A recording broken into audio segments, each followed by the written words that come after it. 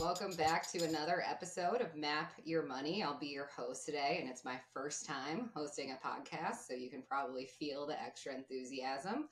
My name is Meg Randle, and I'm the Chief Operating Officer at both Benedetti Gooser & Associates and Beam Wealth Advisors. So today we have a fascinating topic to discuss, which is Roth conversions and planning for a tax-efficient retirement. Who better to join us than Arish Nurani? Arish is host turned guest today. So he normally hosts Map Your Money, but we've turned the tables on him. Arish is a certified financial planner and wealth advisor at our firm. So whether you're new to this concept or you've heard about it before, stick around because we're going to break it down for you in simple terms. So Arish, before we dive into Roth, let's kick it off with an icebreaker. So this is a timely topic. What's more timely than Thanksgiving? So what I want to know is, what are your make and break Thanksgiving foods? Sounds good. Well, thank you for introducing me, Meg. I appreciate that. It's good to kind of be on the other side of the table for once. It's a bit of a switch, but I like it. Good icebreaker there. I'm a big fan of Thanksgiving. We always get the whole family together and have a little bit of, I'd say our Thanksgiving can be slightly different. We have some different foods and add a little bit of Indian and Eastern spice to it. So I think there can be some changes there, but my go-to, my make is definitely still mac and cheese. You can't go wrong. Always been my favorite. I think it always will. It's probably like half of my plate, both servings. So I'm a big fan of the mac and cheese. The break is something that's good, but I always regret it, is my grandma makes really, really spicy turkey. So we'll have the super spicy turkey and then like the regular turkey. And eating the spicy turkey sometimes not ends up being the best decision for me, but I'll have a small bite anyways. But I'd say that's for me. What about you? Well, as far as breaks go, I think it's just a little bit too generic to say the cranberry sauce. So I'm actually gonna be a little bit controversial here and say it's the mashed potatoes. Whoa. I could do without the mashed potatoes, and simply because I'm a raving fan of the yams or the sweet potatoes. So like I'm ready for a little bit of substitution, but make for me is always stuffing. That's where I go wrong. Similar to you, half a plate. So those are my make and breaks. Sounds good. All right, Arish. Well, speaking of Thanksgiving, let's get into the meat of our conversation. Hello and welcome to the Map Your Money podcast, a production of BGA Teams. We exist to simplify the lives of our clients and listeners and help you lay the course to meet your financial goals. Content is for educational purposes only. Consult a financial advisor or conduct your own due diligence of investing. Calls are pre-screened and the show was pre-recorded earlier this week. Arish, let's start with the basics. Can you tell our listeners what exactly a Roth conversion is? Yeah, definitely. I think it's something that's very timely for us right now. It's a conversation we're having with a lot of our clients as we're getting to the end of the year. But what a Roth conversion is just looking at converting traditional IRA or a 401k that's contributed to pre-tax and taking that and rolling that over into a Roth IRA. And so you'd voluntarily be paying taxes on that, taking it out of this pre-tax vehicle and moving it into your Roth IRA. And so you're voluntarily paying those taxes now to get that into the Roth IRA so that in the future, you don't have to pay taxes on that growth. And so that's the big advantage, even though you're voluntarily paying taxes now. I know that can sound like ridiculousness to some people, but in the long run, in some situations, it definitely works out in the favor of the client or individual. Elaborate on that for us. So tell us a little bit more about what the benefits would be or why anyone would willingly agree to pay taxes up front. Yeah, definitely. And so I'm going to use sort of an example. So I'm going to throw a lot of numbers at the listener here, but I'm going to try to make it digestible. So let's say you're going into retirement and you have $60,000, just hypothetically, in an IRA or a 401k, and you're not really planning on using this money, or you know that you have other cash flow or other funds in an IRA or a Roth that you're going to be able to pull out to meet your income needs for the next 5 to 10 years. So you have this extra money in an IRA you're not really going to need in the next 5 to 10 years. And so what you would do or something we could look at doing would be rolling over a portion of that each year. So let's say we do the calculation, and I'll come back to how we get to this number. But let's say we do the calculation and we realize, hey, in your situation, we can roll over $20,000 each year and keep you in your same 12% tax bracket, let's say. And with that $20,000 we roll over each year, we can move that into your Roth IRA. So that'd be 3 years for that $60,000 total. So that would equate to an extra $7,200 that you'd be paying in taxes, $2,400 each year on that $60,000 rollover. But the big advantage of the rollover is that you're not going to have to pay taxes on the growth of that money. And so we're always assuming that this money is going to be invested. And whether it's in the traditional IRA or in a Roth IRA, let's say that it grows at an average of 7% per year. And so over 10 years, that 60,000 would about double. So be at 118,000. And we can dive deeper into all of that. I know we've talked about market returns and how they're up and down and not going to be an exact 7%.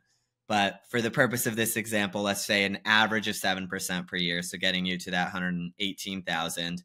So if you didn't do this Roth conversion, you kept that 60,000 in that traditional IRA, you would then have to pay income tax on that additional 58,000 when you withdraw it. So you'd have that 60,000 originally that you already paid taxes on. So that's equal.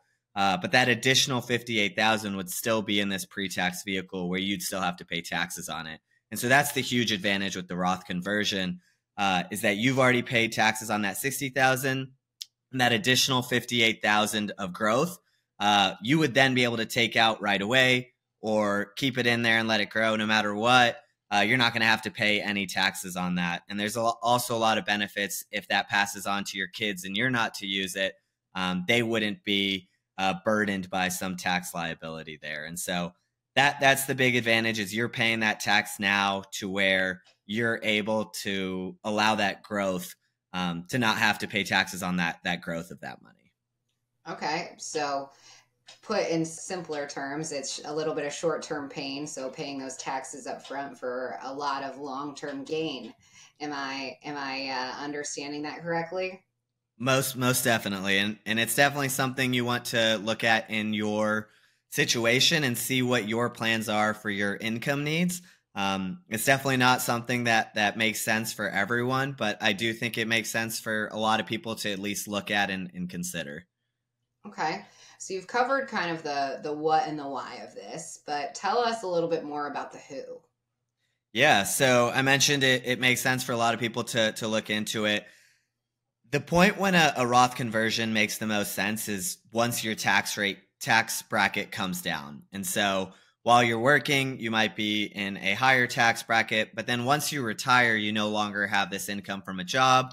You're pulling some income from elsewhere, but that's when your tax bracket goes down. And so that's the whole point of using something like a traditional IRA or 401k is that you're putting money away when your taxes are high, so you're not paying that tax, and then taking that money out when your tax bracket's lower.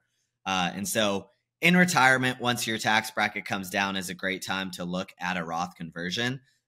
Typically right at retirement is the best time because that's when you still have the option of saying, okay, what are my options for pulling money? How am I going to meet the expenses that I had prior to retirement? Now I don't have this income from a job, but I still have all of these expenses. Where am I pulling that from? And so planning around that is very important. And then while you're in retirement, up until required minimum distribution age or prior to drawing Social Security is also a great time to do that. But just because you're drawing Social Security doesn't mean you're exempt from doing a Roth conversion. You just might not be able to do as much as someone who might not be drawing that income. Okay. So you've outlined that, this makes a lot of sense for someone whose taxable income has gone down. is this strategy relevant prior to retirement? Yeah, definitely. And I mentioned kind of when you're going into retirement, you want to have this plan about, okay, where am I pulling this money from?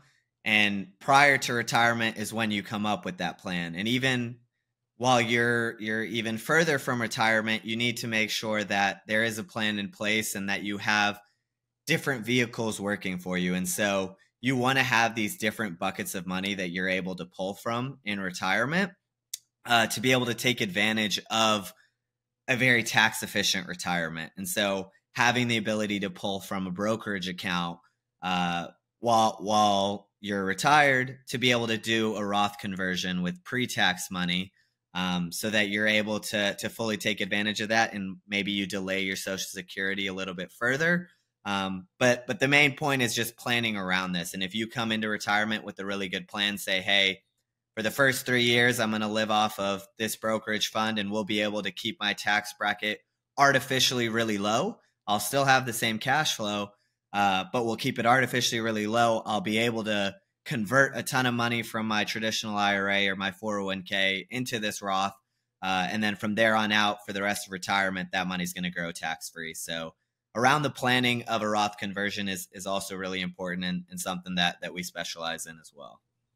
Okay, so it sounds like the planning all happens pre-retirement, and then this is a great strategy to implement post-retirement, but really immediately upon retirement. Exactly. And it's never too late to start making these plans, even if you are in retirement or retirement's a year away.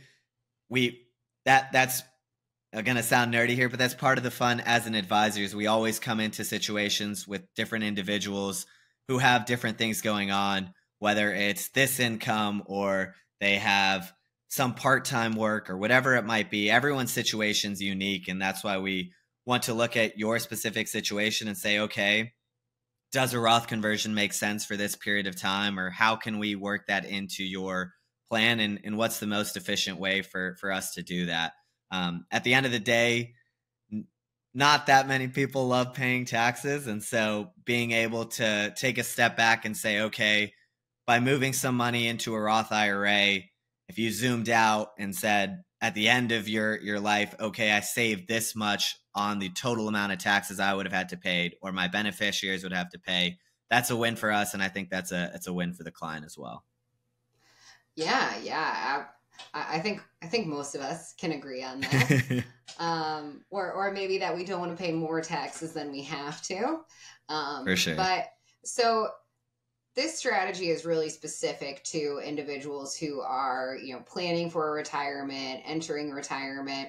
Talk to us a little bit about the different buckets that you want to be planning for as you're maybe further away from retirement and you're doing some of that strategic planning. Yeah, so I kind of hinted at it a little bit earlier, but if you want to think about an extremely tax efficient retirement, and when I say extremely is because it's perfect on paper, but it never really will work out this well. Like I mentioned, everyone has these different circumstances and different things going on. But if you're able to retire, and so your taxable income will go completely down. Let's say you don't have any income coming in. And you were able to build up a taxable brokerage account. So it's an individual brokerage account.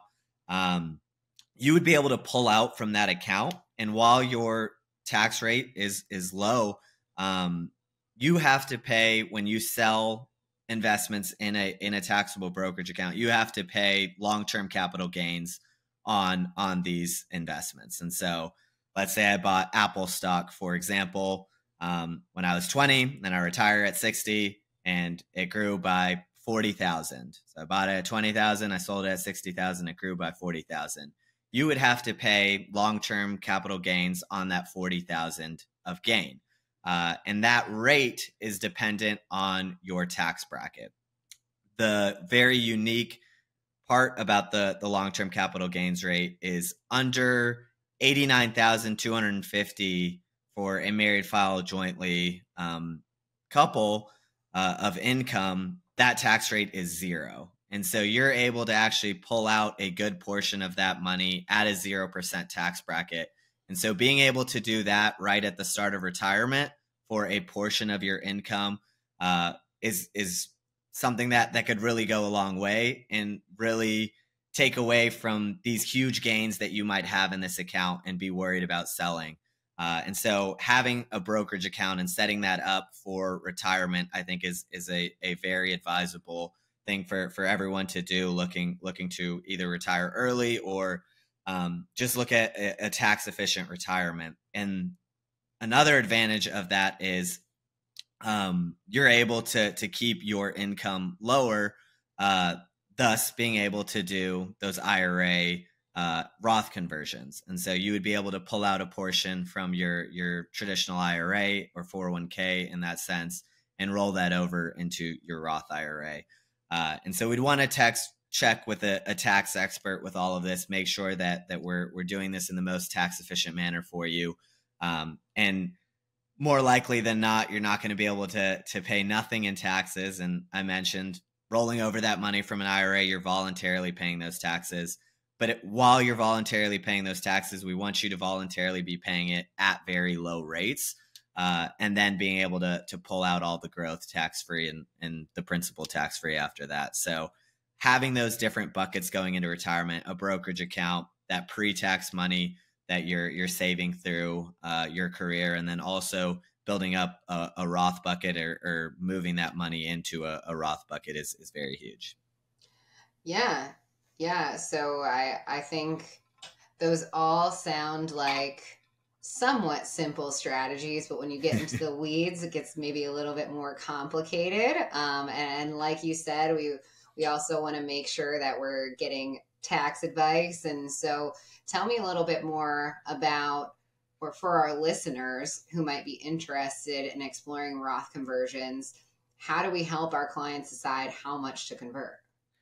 Yeah, so it's a unique software that we've been using. It's called Holistaplan, where we're able to go in and we take a client's tax return from the prior year. And so you take their prior year's tax return and you make assumptions based off of the current year. So right now we're getting clients' 2022 tax return that they either filed in March or with the extended deadline in October. We're plugging that into the software. We're doing some of the inputs and calculations and saying, okay, they're in the 12% bracket with, and I'm using all hypothetical numbers here. Let's say they have 70,000 of income. That puts them in the 12% bracket for married filing jointly.